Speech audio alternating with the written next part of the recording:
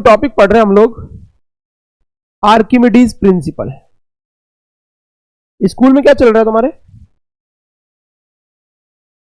Archimedes. हाँ, बंद। अरे पॉल्यूशन की छुट्टियां नहीं पड़ रही स्कूल में? मोड़ा फ्लोटेशन में क्या कहता है बताओ?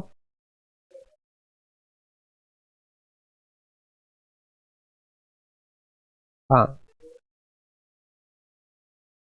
ठीक है, नहीं वॉल्यूम तो डिस्प्लेस होगा बट इसके आगे क्या है? तो आर्किमिडीज ये कहता है कि जितना पानी ये बॉडी डिस्प्लेस करेगी उस पानी के वेट के बराबर इसके ऊपर एक अपवर्ड फोर्स लगेगा, बॉइंट फोर्स या फिर अपथ्रस्ट। तो ये जो अपथ्रस्ट लगेगा ये वेट ऑफ डिस्प्लेस्ड फ्लूइड के इक्वल होता है, ये कहता है कौन? Archimedes principle. तो इसकी स्टेटमेंट लिखो। According to this principle, according to this principle,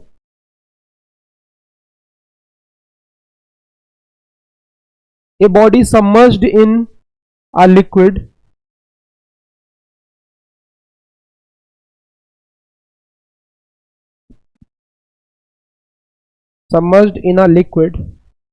experiences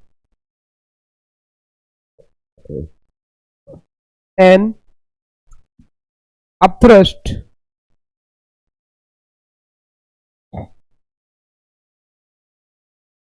equal to the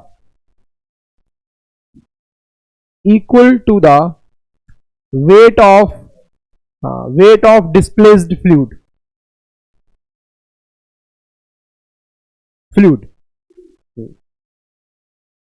मतलब बॉडी ने जितना लिक्विड अपनी जगह से डिस्प्लेस किया है उसके वेट के बराबर ऊपर की तरफ एक फोर्स लगेगा जिसको हम अपथ्रस्ट कहते हैं।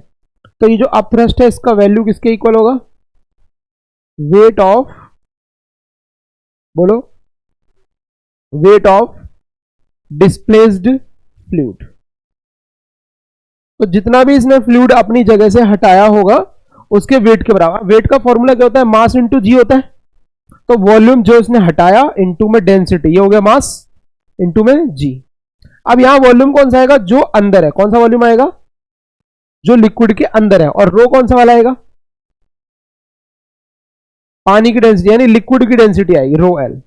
ये फॉर्मूला हो गया बाइंड फोर्स का, लिखो इसको।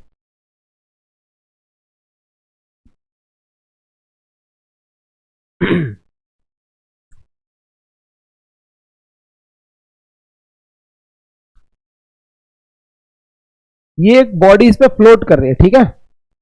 तो इसका जो फ्रैक्शन ऑफ वॉल्यूम अंदर है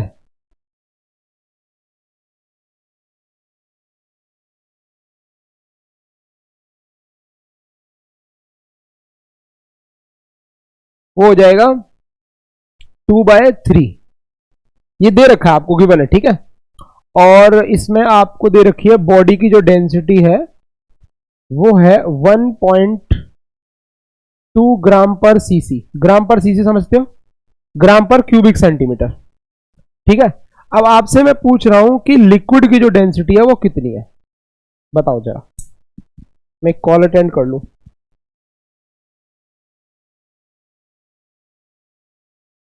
देखो इसको मैं थोड़ा सा छोटा कर देता हूं।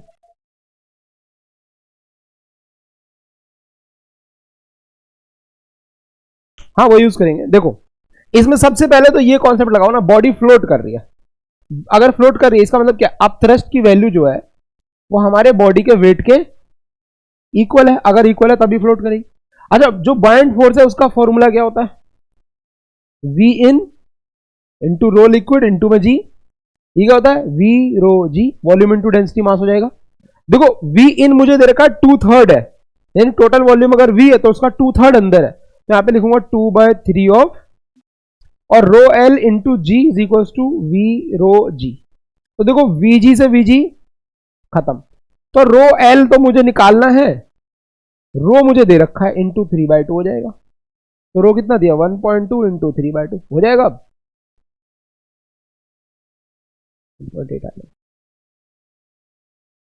ग्राम पर सीसी, सीसी समझते हो ना? Cubic centimetre. इसमें क्या अपने पास एक बॉडी है और ये बॉडी फ्लोट कर रही है,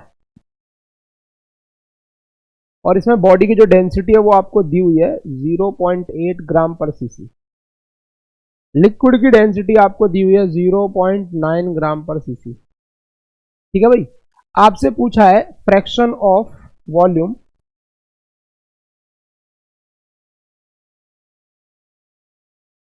आउटसाइड द लिक्विड, मतलब बॉडी का जो वॉल्यूम है वो लिक्विड के बाहर कितना है, 2/3 है, 1/3 है, 1/4 है, कितना है ये आपको बताना है। बताओ।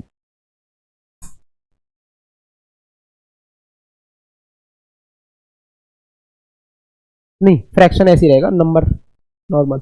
देखो मान लेते हैं कि बॉडी का जो वेट है अंदर जो है वो एक्स फ्रैक्शन है, तो बाहर कितना हो जाएगा 1 माइनस एक्स। नहीं, वॉल्यूम नहीं मानी मैंने, फ्रैक्शन माना है। फ्रैक्शन 1 होता है टोटल। तो अगर मैं कहूं बाइंड फोर्स तो आएगा X V rho liquid into g, ये बाइंड फोर्स हो गया।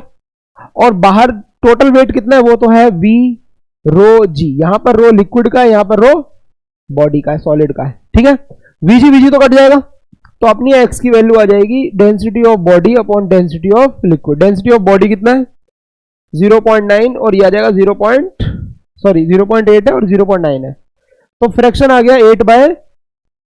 तो बाहर कितना है, ये तो अंदर का फ्रैक्शन है, outside the liquid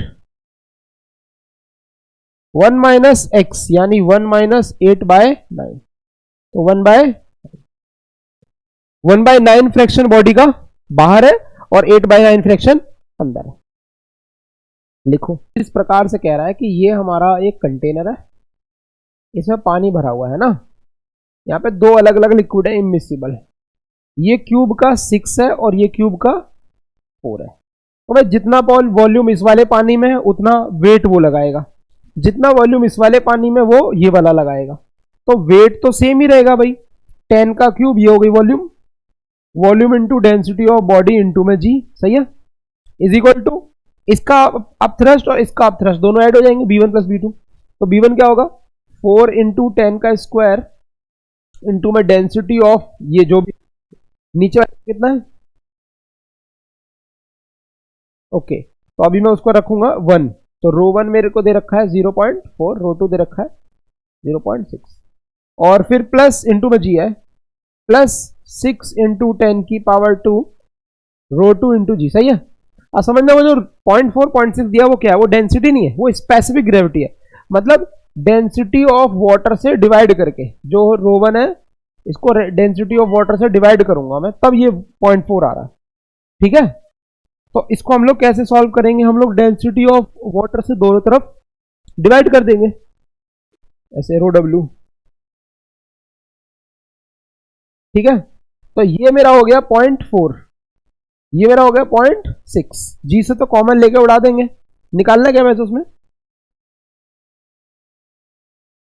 mass of cube निकालना है, बेसिकली ये निकालना है पूरा, है ना। तो हम इसको पुट नहीं करते, हमें मास निकालना है, तो एम लिख दे रहा हूं मैं। पानी की डेंसिटी 1 होती है ग्राम पर सीसी में, इसको करेंगे सॉल्व। तो 4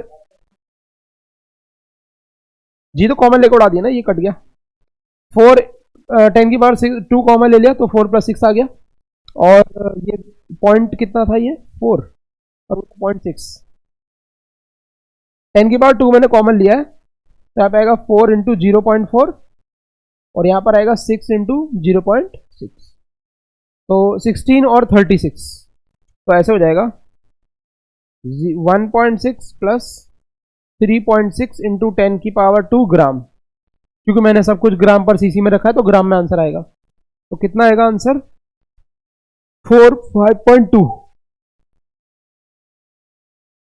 520 ग्राम। देखो